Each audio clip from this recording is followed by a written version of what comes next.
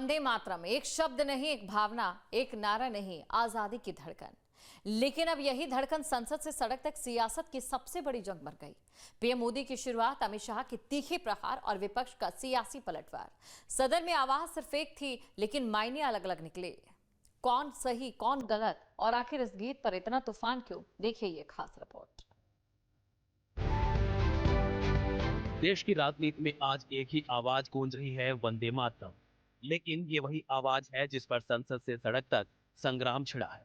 कभी आजादी की लड़ाई का स्वर, आज आरोप प्रत्यारोप का नया अखाड़ा बन चुका है।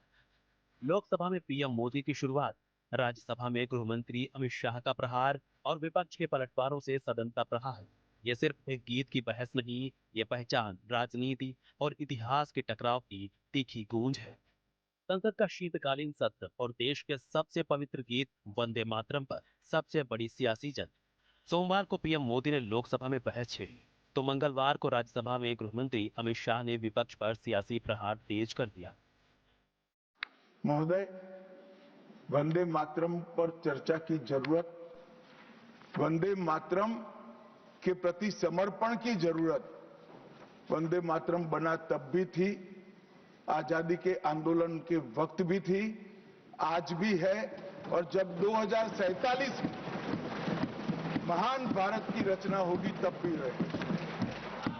क्योंकि अमर कृति मां भारती के प्रति, भारत माता के प्रति समर्पण, भक्ति और कर्तव्य के भाव जागृत करने वाली कृति है। इसलिए जिनको आज वंदे मातरम की चर्चा क्यों हो रही है वो समझ में नहीं आ रहा है। मुझे लगता है कि उन्होंने नए सिरे से अपनी समझ पर ही सोचने की जरूरत है। अमित शाह ने वंदे मातरम की पृष्ठभूमि, उसकी सांस्कृतिक जड़ों और आजादी की लड़ाई में उसके योगदान को याद किया। साथ ही कांग्रेस और गांधी परिवार को सीधा निशाने पर लिया। शाह ने कहा कि नेहरू ने गीत के दो टुकड़े की, तुष्टीकरण की शुरुआत यहीं से हुई और इसी तुष्टीकरण ने देश को दो टुकड़ों में बांट दिया। और वंदे मातरम की स्वर्ण जयंती हुई 1937 में। तब जवाहरलाल नेहरू जी ने वंदे मातरम के दो टुकड़े कर उसको दो अंतरों तक सीमित करने का काम। 50वें पड़ाव पर वंदे मातरम को सीमित कर दिया गया। वहीं से तुष्टीकरण की शुरुआत हुई और वो तुष्टीकरण जाकर देश के विभाजन में पहुंचा। मान्यवर, मेरे जैसे कई लोगों का मानना है, कांग्रेस पार्टी को पसंद आए ना आए, अगर वंदे मातरम के तुष्टीकरण की नीति के तहत दो टुकड़े न करते तो देश का बंटवारा नहीं होता और देश पूरा होता। वंदे मातरम 100 साल का हुआ। सबको था कि 100 साल मनाए जाएंगे, 100 साल मनाए जाएंगे, मगर 100 साल हुआ तब वंदे मातरम का महिमा मंडन का सवाल ही नहीं था, क्योंकि वंदे मातरम बोलने वाले जो सारे लोग थे उनको इंदिरा जी ने जेल में बंद कर दिया। जिस कांग्रेस पार्टी के अधिवेशनों की शुरुआत गुरुवर टागोर जैसे लोग वंदे मातरम गाकर कराते थे, वंदे मातरम कांग्रेस पार्टी के आजादी के आंदोलन का एक मंत्र बना था। वो वंदे मातरम के महिमा मंडन करने के लिए जब लोकसभा में चर्चा हुई, गांधी परिवार के दोनों सदस्य नदारद थे, दो में से एक भी। वंदे मातरम का विरोध आज भी जवाहरलाल नेहरू से लेकर आज के कांग्रेस के नेतृत्व तक कांग्रेस के खून के अंदर बसा। इस संसद में वंदे मातरम के गान को बंद करा दिया है। अब फिर से खड़े हो जाएंगे कि नहीं आप गलत बोल रहे हो, मगर इस रिकॉर्ड है मान्यवर महोदय। 1992 में भाजपा सांसद श्री राम नाईक ने एक शॉर्ट ड्यूरेशन डिस्कशन के माध्यम से वंदे मातरम को संसद में फिर से गाने की शुरुआत करने के लिए एक मुद्दा उठाया, और उस वक्त प्रतिपक्ष के नेता लाल कृष्ण आडवाणी जी ने बहुत प्रमुखता के साथ लोकसभा के स्पीकर को कहा कि इस महान सदन के अंदर वंदे मातरम का गान होना चाहिए, क्योंकि संविधान सभा ने इसको स्वीकारा है और फिर लोकसभा ने सर्वानुमत से 1992 में वंदे मातरम के गान की शुरुआत की।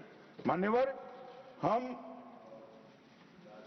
जब वंदे मातरम की गान की शुरुआत कर रहे थे उस वक्त भी, मैं नाम देना नहीं चाहता वरना ये औचित्य के सवाल उठाएंगे, कुछ टेक्निकल मुद्दे उठाएंगे, मगर इंडी अलायंस के ढेर सारे लोगों ने, मेरे पास नाम की सूची है, इनको आपत्ति नहीं हो तो मैं पढ़ सकता हूं, ढेर सारे लोगों ने कहा था कि हम वंदे मातरम नहीं गाएंगे, ना बोल दिया।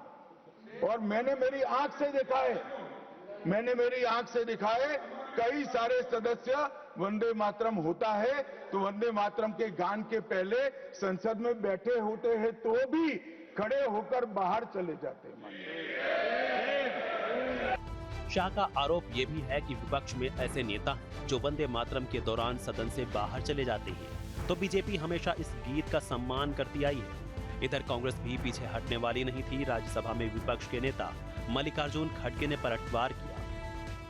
आप क्या कर रहे थे? ब्रिटिशों के पास नौकरी कर रहे थे, निकाल के देखो। अरे, और आप हमको देशभक्ति सिखाते हो, हमको पैट्रियोटिज्म सिखाते हो।